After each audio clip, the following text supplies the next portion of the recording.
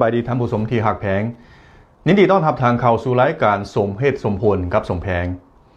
ท่านท้องหลุนศรีสุริตเลขาธิการใหญ่คณะบริหารงานศูนย์กลางพรรคประชาชนปฏิวัติลาวประธานประเทศลาวที่หากสำเร็จการเยี่ยมยามจีนทางรัฐกิจเป็นเวลา5วันในกับลาวแล้วระหว่างวันที่2-6มิถุนายนนี้จากนครหังโจวแขวงเจ้อเจียงฮอดนครหลวงปักกิ่งการเยี่ยมยามจีนที่เต็มไปด้วยผลสำเร็จในครั้งนี้ได้ตกลงสินสัญญาร่วมมือ32ฉบับและได้ออกแถลงการร่วมระหว่างสาธารณรัฐประชาชนจีนและสาธารณรัฐประชาธิปไตยประชาชนลาวว่าด้วยการสร้างคู่ร่วมสาธารณกรรมจีนลาวที่เข้มแข็งเหนียวแน่งในทุกสภาพการของยุคใหม่ซึ่งได้นำเอาโอกาสใหม่และพลังแห่งใหม่ให้แก่การพัฒนาในอนาคตของประเทศลาวอย่างแท้จริงเมื่อนี้สมแพงจะมาเล่าสู่กันฟังว่าการเยี่ยมยามจีนครั้งนี้จะสร้างผลประโยชน์แนวใดแดให้แก่ประชาชนทั่วประเทศลาวก่อนอื่นจุดทำยิดของการเยี่ยมยามในเลือกเอาแขวงเจ้อเจียงซึ่งอยู่ไหนนี่มีเคล็ดลับที่สำคัญสำหรับการหันเบียนและยกระดับเศรษฐกิจของเราท่านทองหลุนได้เข้าสู่วิสาหกิจน้ำหน้าด้านวิทยาศาสตร์เทคโนโลยีดิจิตอลอยู่นครหังโจวสัมผัสกับหุ่นยนต์ AI และตองโซอุตสาหกรรมการค้าอิเล็กทรอนิกส์ข้ามชาติและได้เลือกไปเยี่ยมยามบ้านยุชุนเมืองอันจีโดยเฉพาะ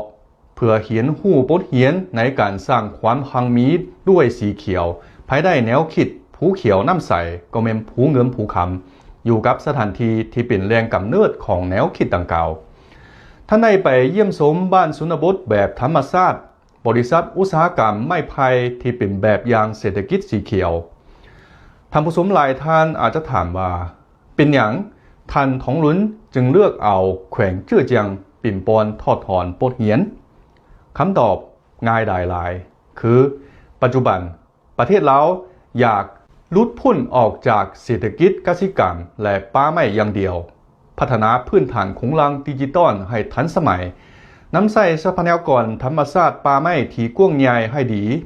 ปดเหียนของแขวงเจ้อเจียงในการหันเบียนจากเศรษฐกิจธรรมชาติในเมื่อก่อนเป็นแบบดิจิตอลและการสร้างความพังมีด้วยบ้านชนบทสีเขียวในปัจจุบันก็เป็นต้นแบบที่สามารถนำใช้โดยกงได้สำหรับประเทศเราต่อไปข้างหน้าจีนและลาวจะร่วมมือกันพัฒนาการค้าอิเล็กทรอนิกส์ดิจิตอลการท่องเที่ยวแบบธรรมชาติโครงการปลูกแดงด้านกสิกรรมและป่าไม้ที่มีสีสันพิเศษอยู่ชนบทลาวเครื่องปลาของดงหมากไม้และกาเฟของเราก็สามารถอาศัยระบบการค้าอิเล็กทรอนิกส์ของจีน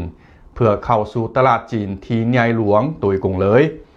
สินค้าที่เป็นทรัพยากรอยู่ในป่าตึบตุงนาที่บ่มีไผฮู้ในเมื่อก่อน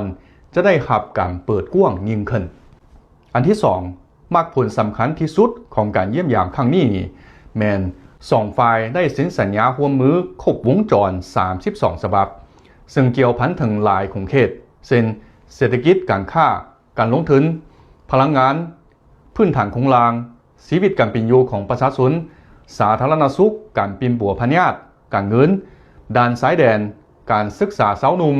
เทคโนโลยีกสิกรรมวัฒนธรรมและอื่นๆพร้อมกันนั้นสองฝ่ายยังได้ออกแถลงการร่วมระหว่างสปป.จีนและสปป.ลาวมาด้วยการสร้างคู่ร่วมสาธารณกรรมจีนลาวที่เข้มแข็งเหนียวแน่นในทุกสภาพการของยุคใหม่ซึ่งถือเป็นมากผลรวมยอดของการเยี่ยมยามจีนของท่านท้องหลุนในครั้งนี้ทั้งหมดเหล่านี้ได้เฮ็ดให้สายพัวพันมิตรภาพจีนลาวที่เป็นพื้นบ้านที่ดีหมู่คู่ที่ดีสหายที่ดีและคู่ร่วมมือที่ดีนั้นได้จากทั้งหลายลักษณ์อักษรกลายเป็นความจริงที่เป็นรูปธรรมอาศัยเส้นทางรถไฟจีนลาวจีนที่เปรียบเหมือนเส้นเลือดด้านเศรษฐกิจของลาวสายนี้สองฝ่ายได้ลิงลัดสุกนิ้วกันยกระดับของการบริหารประเด็นและการพัฒนาเขตอุตสาหกรรมเรียบตามเส้นทางรถไฟพยายามสุกนิ้วการปฏิบัตินโยบายผ่านด่านแบบสะดวกประตูเดียวข้างเดียวอยู่ด้านสายแดนอย่างต่อเนื่องแต่ก่อนย่อมบ่มีสายแดนติดกับทะเลสินค้าเราออกไปนอกยากและมีต้นทุนสูงแต่ปัจจุบันนี้ย้อนมีการร่วมมือตัวจริงอยู่นครหลวงเวียงจันทร์หลวงพระบางและสวรรณเขต ได้มีโครงงานสร้างขึ้นตามกัน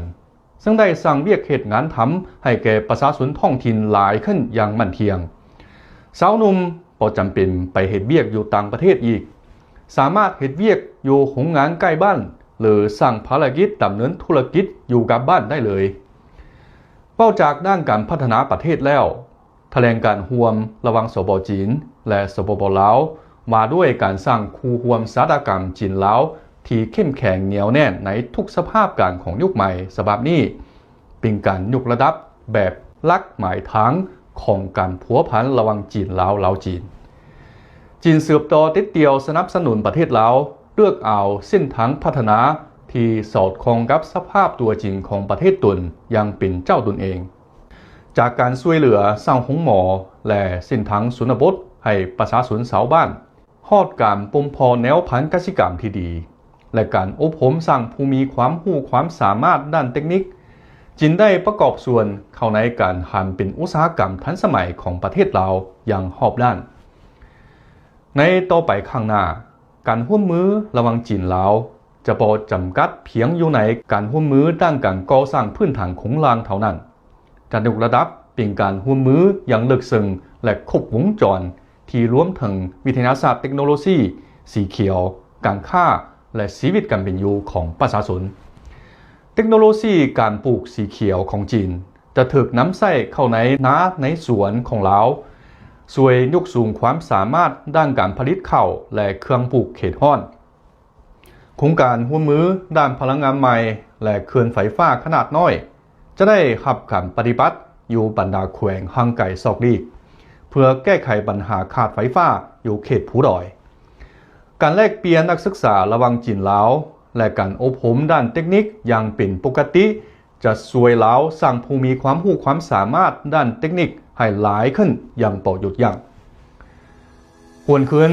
65 ปีที่ผ่านมานับแต่จีนลาวสร้างสายพัวพันทางการทูตเป็นต้นมาจากการช่วยเหลือสร้างทั้งหลวงในเมื่อก่อนฮอดเส้นทางรถไฟเฮ็ดให้ความฝันปรากฏผลเป็นจริงฮอดการเซ็นสัญญาร่วมมือ32ฉบับการสร้างคู่ร่วมสาธารณกรรมจีนลาวในทุกสภาพการในปัจจุบันนี้การร่วมมือกับจีนบ่มีเงินขายข้องค้าใดๆมาโดยตลอดมีแต่จะช่วยประเทศลาวจากประเทศที่บ่มีสายแดนติดกับทะเลกลายเป็นประเทศเสื่อมยุงเสื่อมจอดอย่างเดียวเท่านั้นการเยี่ยมยามจีนทางรัฐกิจของท่านเลขาธิการใหญ่ท้องลุ้นในครั้งนี้นี่บ่แม่นการเยี่ยมยามทางการทูตที่ง่ายดายแต่หากแม่นการซอกหาทางออกให้แก่การพัฒนาที่มีคุณภาพสูงของทั่วประเทศลาวเว้าสำหรับพ่อแม่พี่น้องประชาชนลาวบรรดาเผ่าแล้วการร่วมมือระหว่างสองฝ่ายได้รับการปฏิบัติตัวจริงก็หมายความว่าราคาผลิตภัณฑ์กสิกรรมที่สูงขึ้นตำแหน่งเวียกเหตุงานทำที่หลายขึ้นการออกเดินทางที่สะดวกสบายขึ้นกว่าเก่าระบบการปิ้นปัวและการศึกษาที่สมบูรณ์ขึ้นกว่าเก่าในอนาคตภายได้ครอบคู่ร่วมสาธารณกรรมจีนลาวในทุกสภาพการของยุคใหม่อาศัยเทคโนโลยีที่ทันสมัยและตลาดที่กว้างใหญ่ของจีนประเทศลาวที่มีภูเขียวน้ำใสสวยสดงดงามย่อมจะสามารถก้าวเข้าสู่เส้นทางสีเขียวที่เจริญรุ่งเรืองและสอดคล้องกับสภาพตัวจริงของตนชีวิตการเป็นอยู่ของประชาชนลาวย่อมจะนับหังมีขึ้นเอาละท่านผู้ชมที่ฮักแพงเกี่ยวกับมากผลการเยี่ยมยามจีนของท่านท้องลุ้นศรีสุริตเมื่อนี้สมแพงขอมีความเห็นพอดเท่านี้ก่อนขอบใจท่านที่ให้เกียรติติดตามชมพบกันใหม่ในรายการหน้าสบายดี